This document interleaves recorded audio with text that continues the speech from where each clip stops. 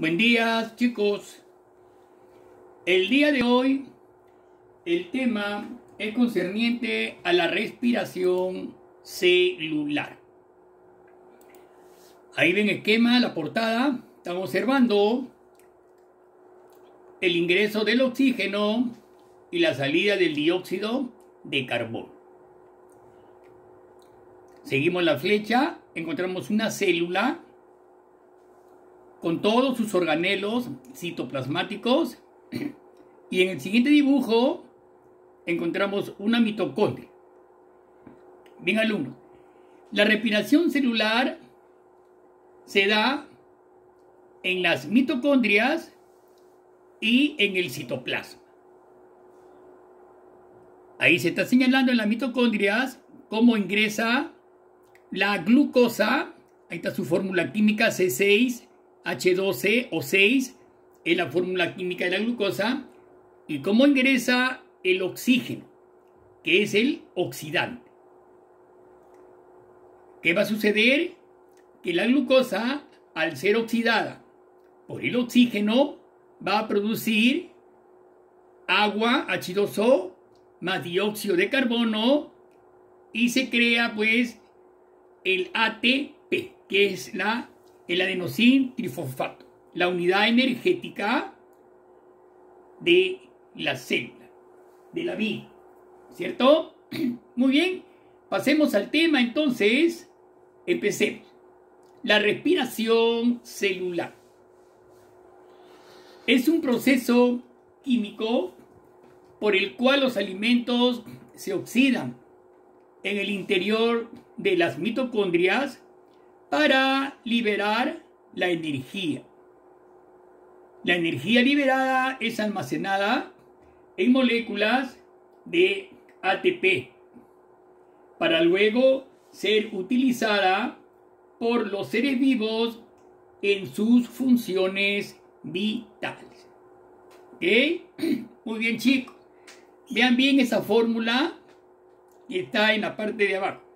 Su fórmula general es C6H12O6. Es la glucosa. Ustedes la conocen, ya es un monosacárido. El monosacárido más simple que tenemos. El C6H12O6. Más 6 moléculas de oxígeno. Para que pueda reaccionar la glucosa. 6 moléculas de oxígeno. La flecha, el producto es 6 moléculas de dióxido de carbono más 6 moléculas de agua más energía en forma de ATP. No olvidemos que la molécula energética es el ATP. Ese es el fin de la respiración celular. Formar moléculas energéticas para que la persona pues pueda cumplir con sus funciones vitales, como dije antes, ¿no? Como las 3 funciones vitales, ¿cuáles son? La nutrición, la relación, la reproducción. ¿Ya? Mucho cuidado. Entonces tenemos que la respiración celular, pues, es un proceso químico por el cual los alimentos se oxidan. Ahí vemos cómo la glucosa se está oxidando, ¿no? Se oxidan en el interior de las mitocondrias, que ya la hemos observado antes, y van a liberar dióxido de carbono más agua y se va a producir ATP. ¿Todo claro entonces? Perfecto. Entonces, la respiración se produce en todos los seres vivos. No olvidemos, pueden ser anaeróbica y aeróbica. No olvidemos, ¿ya? La respiración entonces, todo ser vivo, toda célula procariota o eucariota requiere oxígeno de una u otra manera, lo van a conseguir para poder seguir viviendo y reproduciéndose. Eso es muy importante. Bien, chicos, pasemos al siguiente diapositiva. La respiración anaerobia. Vamos a empezar por la anaerobia, o sea, la que se da en las células procariotas. No olvidemos que las células procariotas, casi todas, carecen ¿de qué? Carecen de mitocondrias. Entonces ustedes dirán, profesor, pero si carecen de mitocondrias, ¿dónde van a realizar el ATP? Entonces, fuera, como no tiene mitocondrias, se va a realizar en el citoplasma celular. ¿Ya?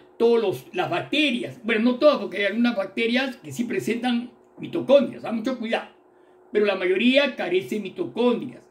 Algunos, los hongos, por ejemplo, y variedades, ¿no? Las levaduras, los mohos, esos carecen de mitocondrias, por lo tanto presentan respiración anaeróbica. La primera característica, se produce en ausencia de oxígeno. Esa es la primera característica de la respiración anaeróbica. Carecen de oxígeno.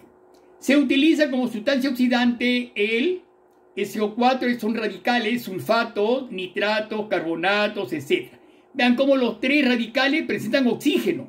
Pues ese oxígeno se van a valer las células procariotas para realizar su respiración. Miren bien, alumnos, sulfatos, nitratos, carbonatos, etc. ¿Ya? De ahí van a coger el oxígeno. Tercera característica. Este proceso es utilizado por organismos procariotas, como las levaduras, los hongos, algunas bacterias. Y por último, se produce en el citoplasma. ¿Ok? Muy bien. Por lo tanto, los procesos químicos que ocurren durante este tipo de respiración son dos: la glucólisis y la fermentación.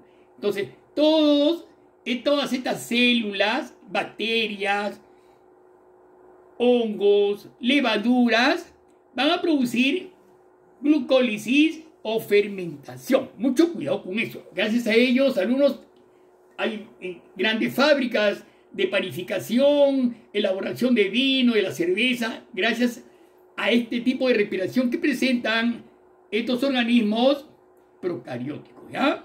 Pasamos a la siguiente. ¿En qué consiste la glucólisis? Vean bien ese dibujito. Formación de dos moléculas de ácido pirúvico por rompimiento de una molécula de glucosa. Chicos, gluco viene de glucosa. Lisis es de rompimiento, rotura de los enlaces de la glucosa. C6H12O6. Esa molécula, algunos, sus carbonos, su hidrógeno y su oxígeno están unidos mediante enlaces simples. Entonces el oxígeno va a romper esos enlaces y va a producir en este caso dos moléculas de ácido pirúvico. Miren bien el movimiento de esa figura. Tenemos, por ejemplo, una vellosidad intestinal. La primera línea, ahí está el puntero, miren el puntero.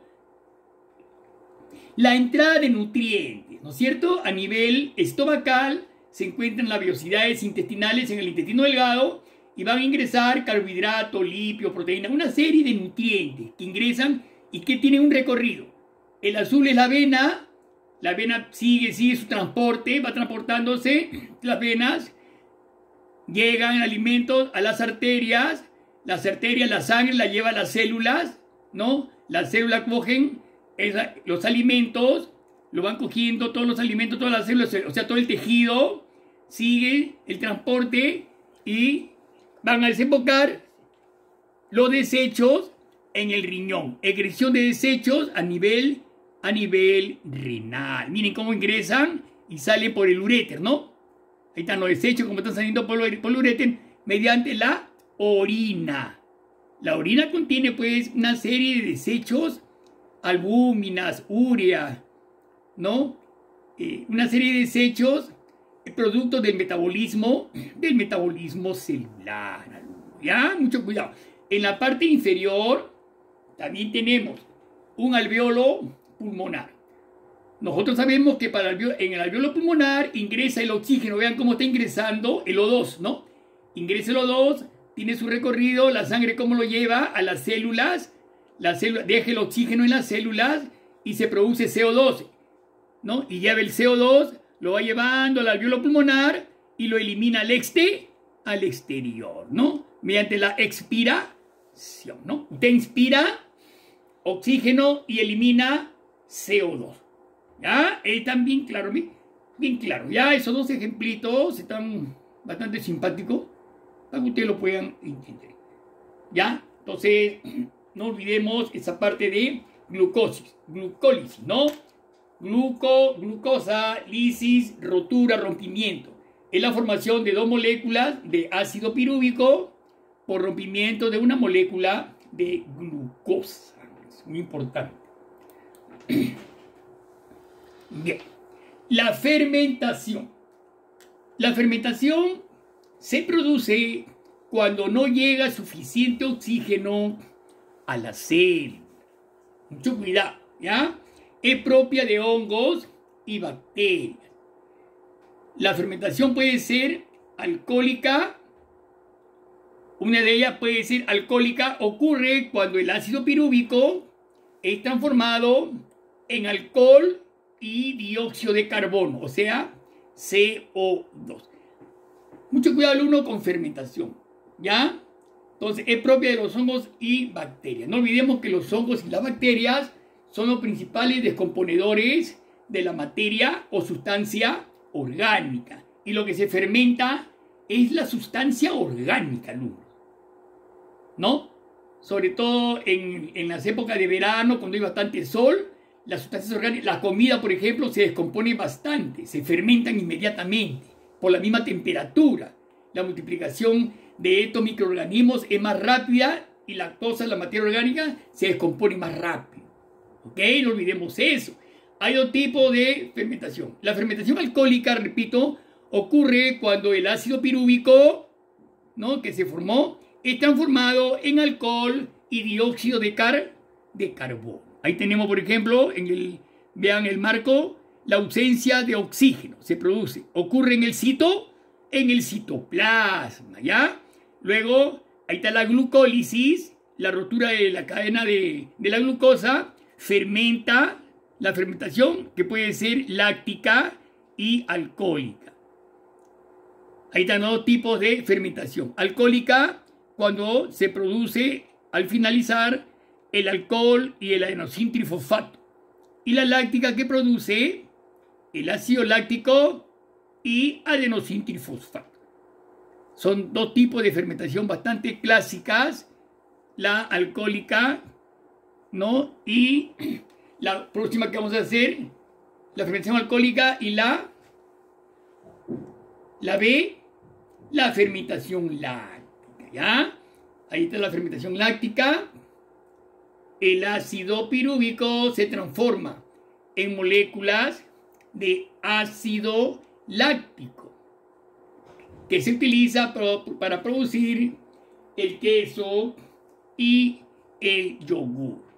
Ahí tenemos en la parte inferior, miren, la fermentación láctica, dice, ocurre en algunas bacterias y gracias a este proceso obtenemos productos de origen lácteo como el yogur, crema agria y quesos. ¿Ya? Entonces, este proceso sucede también en los músculos cuando hay deficiencia de oxígeno, como por ejemplo, dice, durante el ejercicio fuerte y continuo. Vamos a poner un ejemplo, chicos. Vamos a suponer que un alumno X se pone a jugar un partido de fútbol. Juega, pero llega un momento en que los músculos ya se cansan. Al cansarse el músculo, mucho cuidado, se forma ácido láctico intramuscular. ¿Ok? Ya no ingresa el oxígeno, se forma el ácido láctico, entonces viene un dolor insoportable, vienen los calambres, y ese es el problema cuando hay formación de ácido láctico muscular. Por eso dice, la acumulación del ácido láctico causa el dolor característico cuando ejercitamos los músculos excesivamente, que hasta los músculos se acalambran ya con dolor, ¿no? Veamos pues cómo participa pues esta fermentación en los músculos también, ¿no es cierto? Bien. El siguiente tipo de fermentación es la fermentación pútrida o putrefacción. A ver, es el proceso, dice, por el cual la materia orgánica se deteriora y degrada por acción bacteriana o enzimática hasta sus componentes más simples, emitiendo un olor desagradable. ¿Qué significa esto? Alumnos, toda materia orgánica está propensa a deteriorarse, ¿no? Ya hemos dicho que los principales organismos que deterioran la materia orgánica, que la descomponen, ¿cuáles son? Los hongos y las bacterias. ¿Ya? A ver, este deterioro de la materia orgánica, cuando comienza la putrefacción, emite un olor bastante desagradable. ¿Por qué? Porque se descomponen una serie de ácidos, por ejemplo el cadavérico, la cadaverina, ¿no? El ácido sucídrico, ¿no? Que emiten un olor bastante nauseabundo, bastante fuerte. En las personas o cualquier materia en descomposición, materia muerta, un perro muerto, un gato muerto, ¿no? Ustedes han visto cómo, por ejemplo, están viendo en la parte inferior la putrefacción de un hombre que está ahí tirado, ¿no? Se está embalonando. ¿Por qué se comienza a hinchar? Porque pues ingresa una serie de gases internos como el dióxido de carbono, por ejemplo el CO2. Por eso lo va embalonando, lo va hinchando, porque están actuando también las bacterias interiormente, ya alumnos. Al actuar las bacterias producen una serie de gases que la persona o el perro, quien esté ahí muerto, se vaya inflando. ¿Ven cómo actúan? ¿No? Las bacterias dentro de la materia orgánica, ¿no? Entonces, este es un proceso de fermentación pútrida o putrefacción de origen bacteriana. Y sí, claro, los gérmenes responsables de ellas se originan en la materia orgánica, cadavérica. Cuando acaba el proceso, solo quedan las partes esqueléticas, dientes, uñas y pelo, ¿no? Que es el tejido más duro, ¿no? Los huesos, los dientes, las uñas y el pelo son los últimos, digamos, elementos, órganos que terminan por descomponerse, ¿no? Primero es la carne, todo lo que es materia orgánica, ¿no? Lo que es carne. El resto se va a ir descomponiendo poco a poco, con los años se va a ir descomponiendo. O esa fermentación pútrida o putrefacción.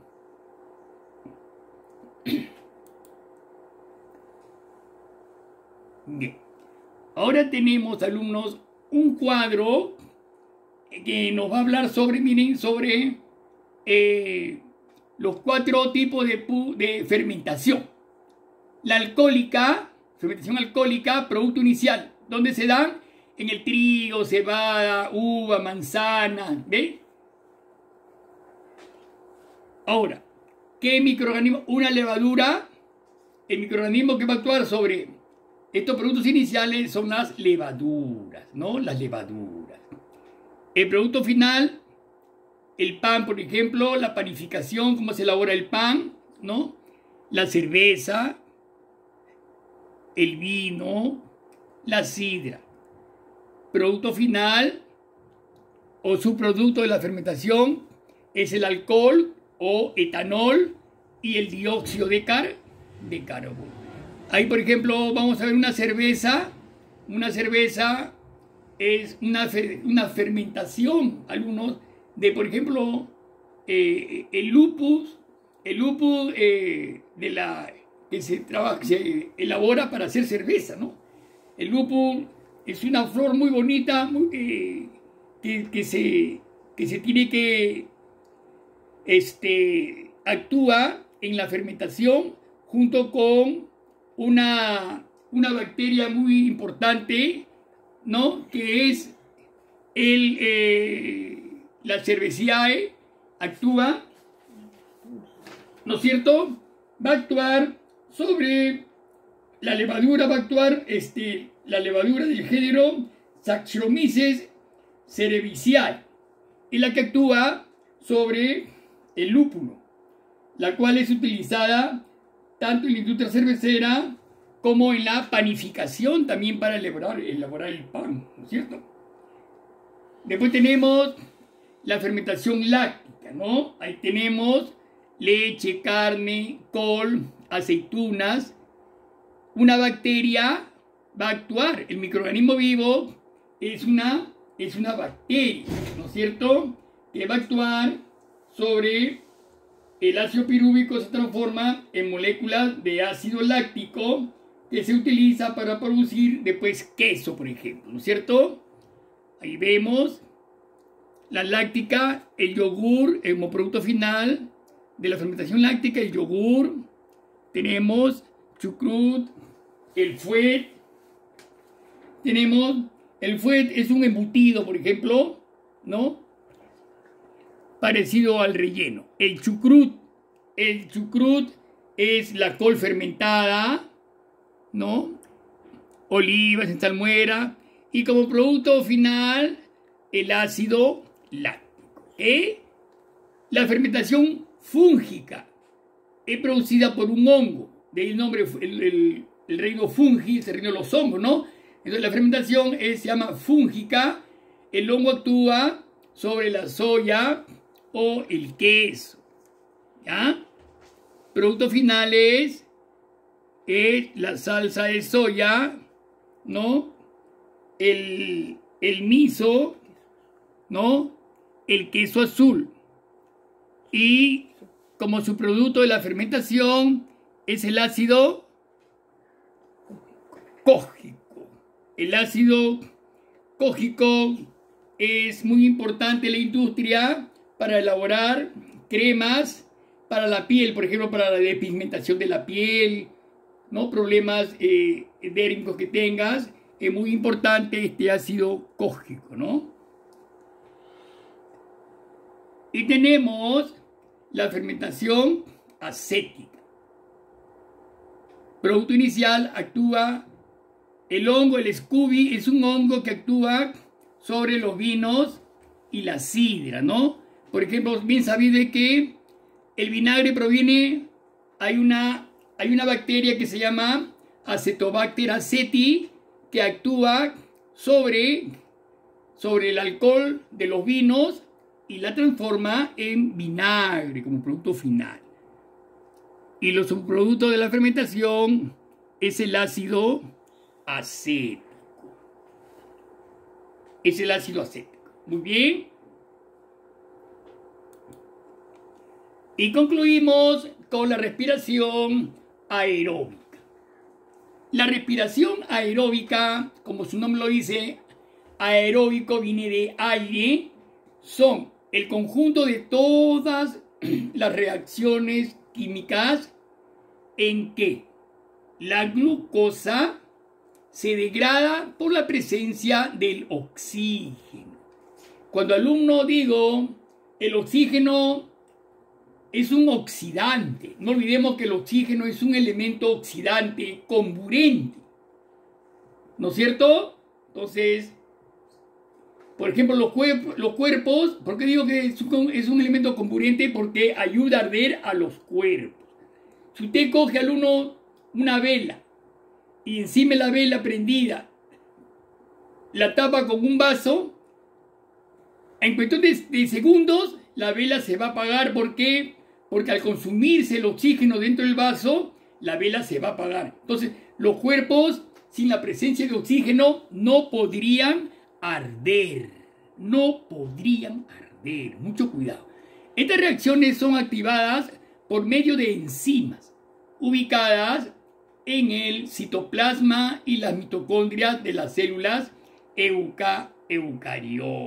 ¿Ya? No olvidemos entonces que la respiración aeróbica se realiza en el citoplasma, donde se produce la glucólisis, y en las mitocondrias, donde se va a producir después el ciclo de Krebs y la fosforilación oxidativa. 3.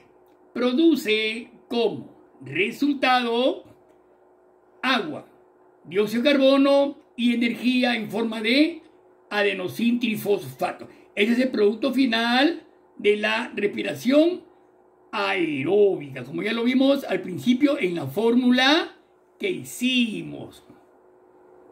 4. Este tipo de respiración ocurre en 3 etapas, alumnos: la glucólisis, ciclo de Krebs y la fosforilación oxidativa.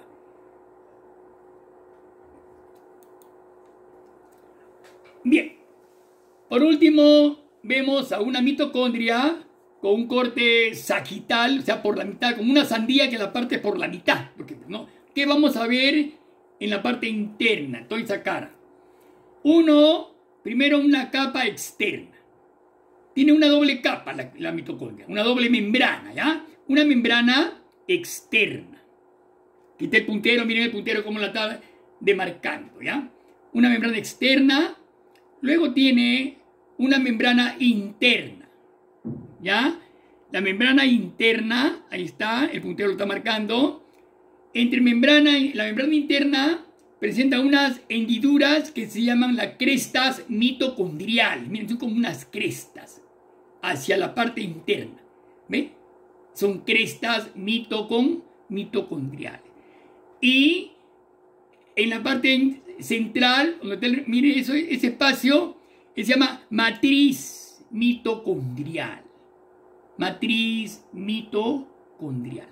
Algo muy importante entonces, ¿ya?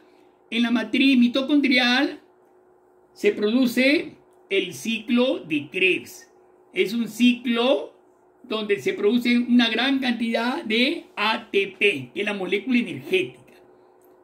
Luego tenemos en las crestas mitocondriales se produce la fosforilación oxidativa.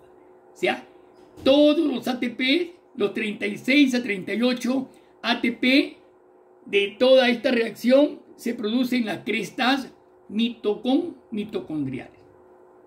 Nosotros sabemos ya, ¿no?, que la cantidad de ATP producida es entre 36 a 38 ATP, adenosín trifosfato. Tenemos el ADN también, que está en la matriz mitocondrial, ¿no es cierto? ADN, el ADN, el ácido desoxirribonucleico, y también tenemos los ribosomas, ¿no? ¿Ustedes saben cuál es la función de los ribosomas? Es la síntesis de proteínas. Alumnos, son centrales de que se sintetizan una gran cantidad de proteínas muy importante, de suma importancia para la vida animal. ¿Ok? Entonces, bueno, ahí están. Miren bien las partes de la mitocondria. Son llamadas, las mitocondrias en la célula, son llamadas las baterías energéticas o centros energéticos. Sin el trabajo mitocondrial, la célula no podría iniciar su trabajo que le corresponde a cada célula, alumno. Usted sabe que cada célula tiene un núcleo, tiene un citoplasma con una serie de organelos citoplasmáticos. Dentro de esos organelos se encuentran las mitocondrias y ellas son las centrales energéticas de la célula. Tiene que empezar a crear ATP para que la célula comience su trabajo, porque es la energía que mueve a toda la célula. Bien, chicos, no olvidemos entonces para la próxima clase estudiar y repasar bastante el tema. Nos vemos, hasta luego.